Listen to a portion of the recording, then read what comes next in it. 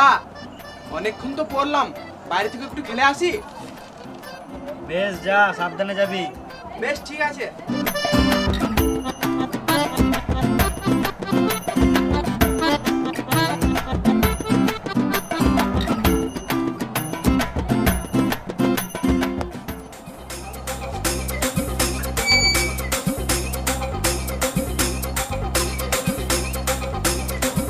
বেটা খেলতে গিয়ে হাতে পায়ে কোথাও লাগে নাই তোরে?